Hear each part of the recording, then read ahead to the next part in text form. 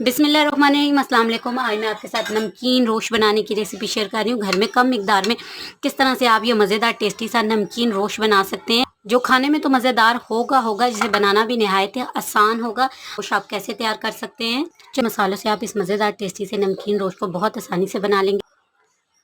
तो चलिए फ्रेंड्स, सीख लेते हैं मज़ेदार टेस्टी से नमकीन रोश को बनाना। रहीम, अस्सलाम वालेकुम। पेशावरी नमकीन रोश बनाने के लिए यहाँ पर मैंने 1.5 किलो गोश्त ले लिया है। गोश्त को अच्छी तरह से धोकर वॉश कर लिया है। बड़ी बोटी का साइज़ थोड़ा बड़ा रखना है, इसके साथ थोड़ी-सी फैट भी है और चंद बोटियाँ जो हैं वो हड्डी वाली हैं, तो 1.5 किलो था, धोकर अच्छी तरह से इसे मैंने वॉश कर लिया है। चूल्हे पे एक प्रेशर कुकर रखा है, इसमें मैंने आधा कप कुकिंग ऑयल डाला है। 2 मीडियम साइज़ की प्याज़ थी, जिनको मैंने इस तरह बारीक सा चॉप कर लिया है। प्याज़ को आपने ऑयल में ऐड करना है और हल्का सा ब्राउन करना है। प्याज़ ऐड करने के बाद जो हमारा मीट है वो हम इसमें ऐड कर देंगे और यहाँ पर कुछ सेकंड के लिए इसकी भुनाई कर लेंगे। इससे जो आपका जो गोश्त है उसकी स्मेल वगैरह नहीं आती और टेस्ट और फ्लेवर बहुत अच्छा आएगा।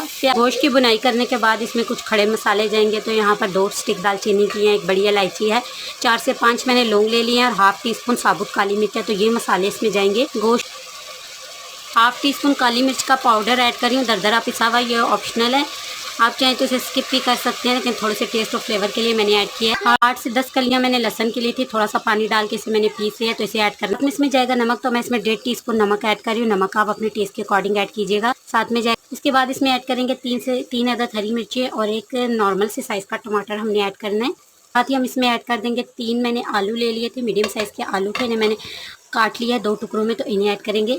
अब इसमें मैं पानी ऐड करूँगी, तो मैं 1.5 लीटर पानी ऐड कर रही हूँ इसमें, और इसे हम स्टार्ट में मीडियम फ्लेम पर रखेंगे और उसके बाद फ्लेम हल्की कर देंगे और इसे हम पकने के लिए छोड़ देंगे तकरीबन 1 घंटे के लिए। तो ये देगची वाला ही काम करेगा, बस आपको आटा वगैरह लगाने की ज़रूरत नहीं पड़ेगी।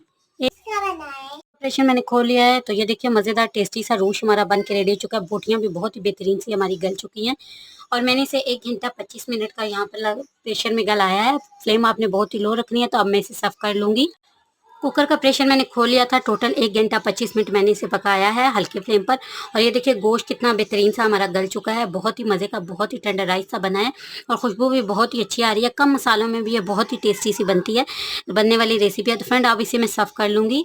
बिस्मिल्लाहिर्रहमानिर्रहीम, अस्सलाम वालेकुम। आज मैं आपके साथ नमकीन रोश बनाने की रेसिपी शेयर कर रही हूँ। घर में कम मिकदार में किस तरह से आप ये मज़ेदार टेस्टी सा नमकीन रोश बना सकते हैं, जो खाने में तो मज़ेदार होगा, जिसे बनाना भी निहायत ही आसान होगा।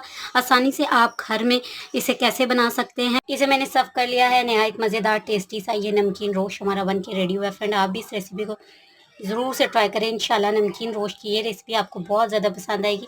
बहुत आसानी से बन जाती है और कम मिकदार में अगर आपके पास गोश्त है तो भी बहुत ही आसानी से बन जाएगी और बेहतरीन सा गला हुआ हमारा गोश्त है। इसी दौरान अगर आपको नमकीन रोश की रेसिपी अच्छी लग रही है, चैनल पे पहली बार हैं, तो चैनल को सब्सक्राइब कर लीजिएगा और रेसिपी आगे शेयर कीजिएगा। अल्लाह हाफ़िज़।